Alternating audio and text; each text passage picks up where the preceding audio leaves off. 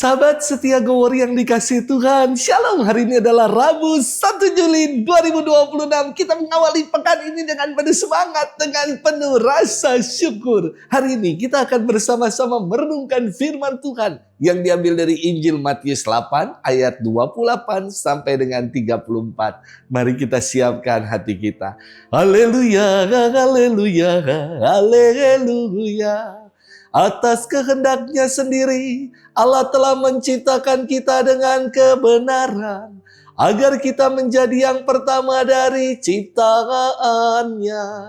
Haleluya, haleluya, haleluya. Tuhan bersamamu dan bersama rohmu. Inilah Injil suci menurut Matius, dimuliakanlah Tuhan. Ketika Yesus tiba di seberang, yaitu di daerah orang Gadara, datanglah dari pekuburan dua orang yang kerasukan setan menemuinya. Mereka sangat berbahaya, sehingga tidak seorang pun dapat melalui jalan itu. Mereka pun berteriak, "Apa urusanmu dengan kami, hai anak Allah? Apakah engkau kemari untuk menyiksa kami sebelum waktunya?" Tidak jauh dari mereka itu banyak sekali babi sedang mencari makan. Lalu setan-setan itu mohon kepadanya, "Jika engkau mengusir kami, suruhlah kami pindah ke dalam kawanan babi itu." Yesus berkata kepada mereka, "Pergilah." Lalu keluarlah mereka dan masuk ke dalam babi-babi itu. Seluruh kawanan babi itu pun terjun dari tebing yang curam ke dalam danau dan mati di dalam air. Lalu larilah penjaga-penjaga babi itu, dan setibanya di kota mereka menceritakan segala sesuatu juga tentang orang-orang yang kerasukan setan itu. Seluruh kota itu keluar menemui Yesus, dan setelah berjumpa dengan dia, mereka pun mendesak supaya ia meninggalkan daerah mereka. Demikianlah sabda Tuhan, terpujilah Kristus.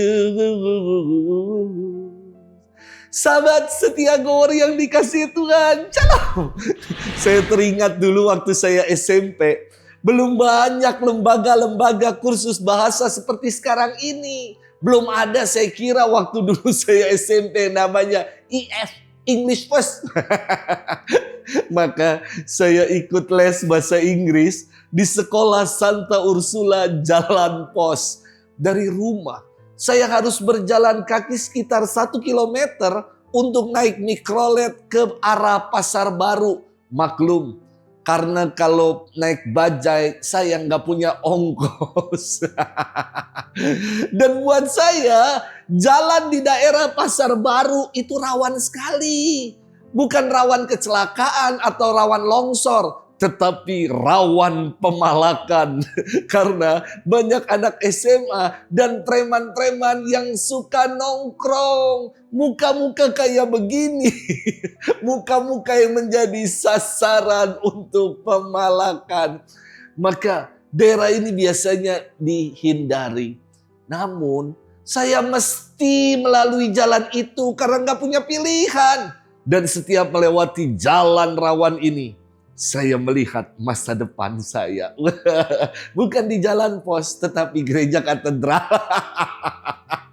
Sahabat setia Gowori yang dikasihi Tuhan. Hari ini kita mendengarkan firman tentang Yesus yang memasuki kota Gerasa dan menyembuhkan dua orang yang kerasukan roh jahat.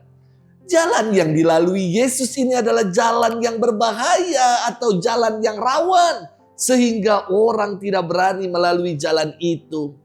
Namun mengapa Yesus memilih jalan yang rawan dan berbahaya ini? Karena Yesus hendak mengubah jalan yang bahaya, jalan yang rawan, menjadi jalan keselamatan bagi Tuhan.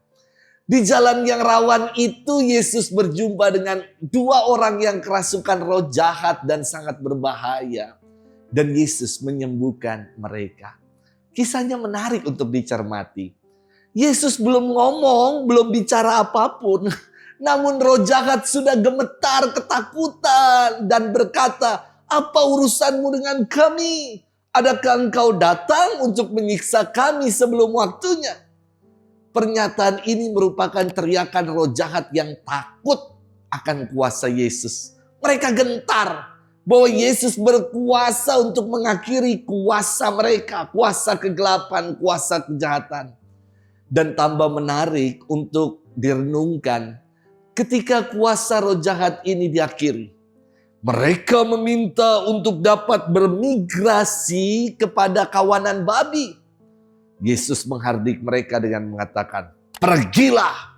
Dan roh jahat itu memasuki kawanan babi yang begitu banyak jumlahnya. Dan membinasakan mereka, babi-babi itu, dengan cara terjun ke danau.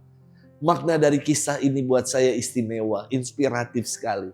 Kuasa Yesus adalah kuasa yang menyelamatkan. Namun kuasa roh jahat berakhir dengan kebinasaan. Kehadiran Yesus di jalan yang rawan adalah untuk menyelamatkan dua orang yang kerasukan setan. Dan perhatian Yesus selalu pada keselamatan manusia. Namun kehadirannya yang membawa keselamatan ditolak oleh penduduk daerah Gerasa, yakni orang-orang Gadara. Mereka mendesak Yesus supaya pergi meninggalkan daerah mereka. Mengapa begitu? Karena kehidupan ekonomi orang-orang Gadara terusik dengan banyaknya babi yang binasa. Bagi mereka lebih penting ekonomi, pelihara babi, ketimbang menerima Yesus yang membawa keselamatan. Inilah situasi zaman Yesus yang juga dekat saya kira dengan keadaan kita saat ini. Terkadang kita lebih memilih keduniawian, jerat roh jahat dengan iming-iming janji manis, ketimbang meyakini Tuhan yang berkuasa menyelamatkan kita. Sahabat setia gower yang dikasihi Tuhan. Hati-hati dengan roh jahat di zaman sekarang saya kira. Karena roh jahat di zaman sekarang tidak tampil dengan sesuatu yang menakutkan. Dengan muka yang terbelah, berdarah-darah. Roh jahat zaman sekarang tampil dengan sesuatu yang memikat hati dan menawan, mempesona. Jadi mari kita lebih waspada. Jangan sampai kita menolak Tuhan seperti orang-orang di Gadara. Sebab Ia akan mengubah jalan rawan yang menuju kebinasaan menjadi jalan keselamatan buat kita yang mau menerima dan percaya kepadanya. Selamat bermenung. Tuhan memberkati kita selalu, Bapa dan Putra dan Roh Kudus. Amin.